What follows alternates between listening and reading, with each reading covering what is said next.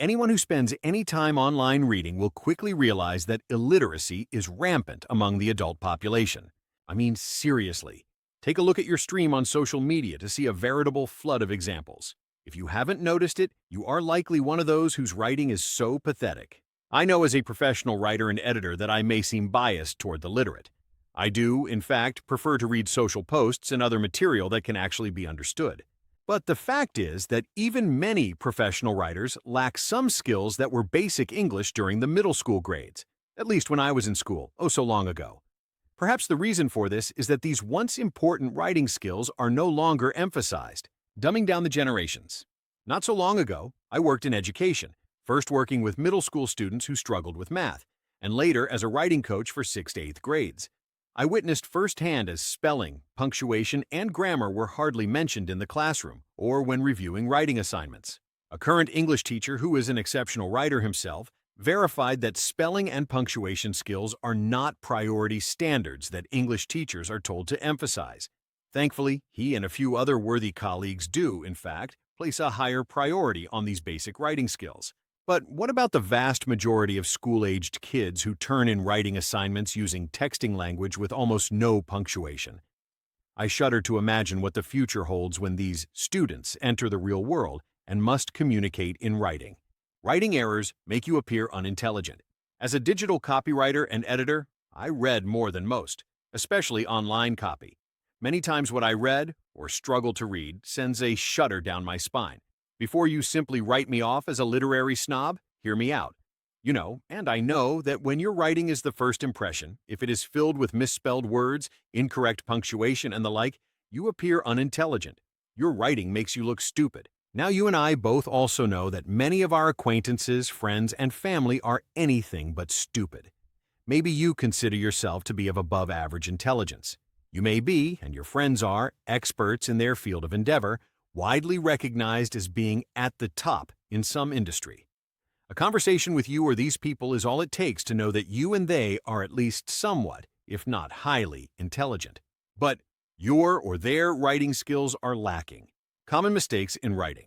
In the interests of helping out those who have actually gotten this far and genuinely want to stop appearing like a cave dweller on social media and in other written communications, here are some of the most common mistakes I see in everyday writing. This is true across social media, emails, chat conversations, and other business communications that must be typed and read. Learn to spot these mistakes and correct them before pressing send, and your intelligence ratings will rise. Misspelled words. For the love of heaven and everything good, learn how to spell.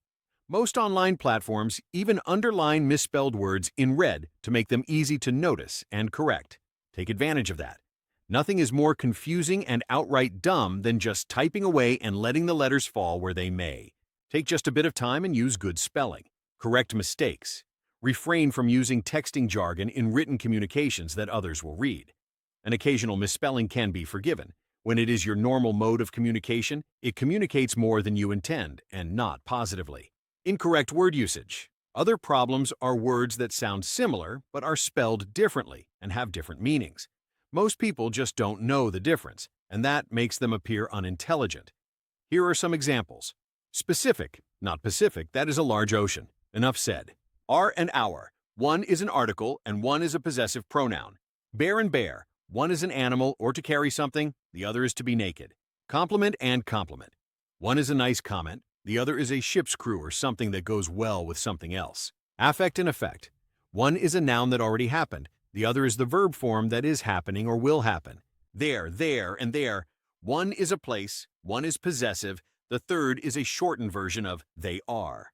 Accept and accept. One means to receive or give in, the other means to exclude. It's in its. One is possessive, the other is a shortened version of it is. Then and then, one denotes a spot in time, the other draws a distinction between two things. Which and that. One connects words without distinction or denotes a particular object, the other places emphasis on the words that follow and requires the use of a comma. Your and your, one is possessive, the other is a shortened version of you are.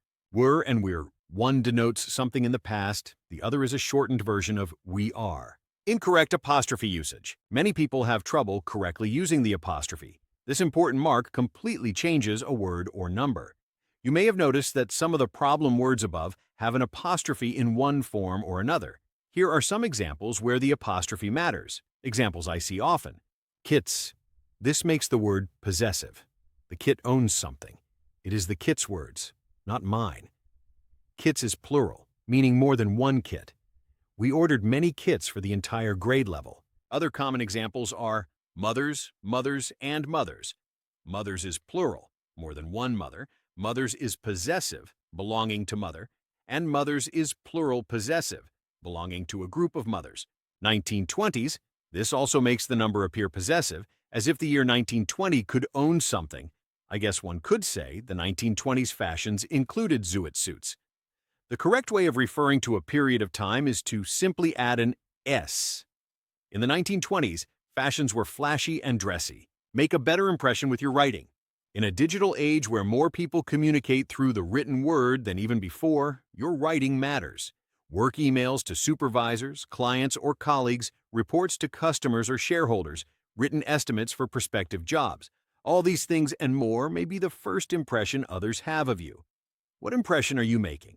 Take just a little extra time and focus on writing clearly. Play some word games and expand your vocabulary. Read a good book now and then, and note how writers use certain words. Go to Google and search "define a word" to see the proper spelling and usage of an unfamiliar word. If writing is very important to what you do or who you wish to become, get my book, How to Write Well, 2nd edition. It contains practical help that will improve your writing within just 30 minutes, plus great reference material for more formal writing. It's available in print, digital, and audio versions, and it's pretty cheap. Writing well isn't hard, and it can make a huge difference in how you are perceived and accepted by others. For more on my books or digital copywriting and editing business, visit michaelstover.com.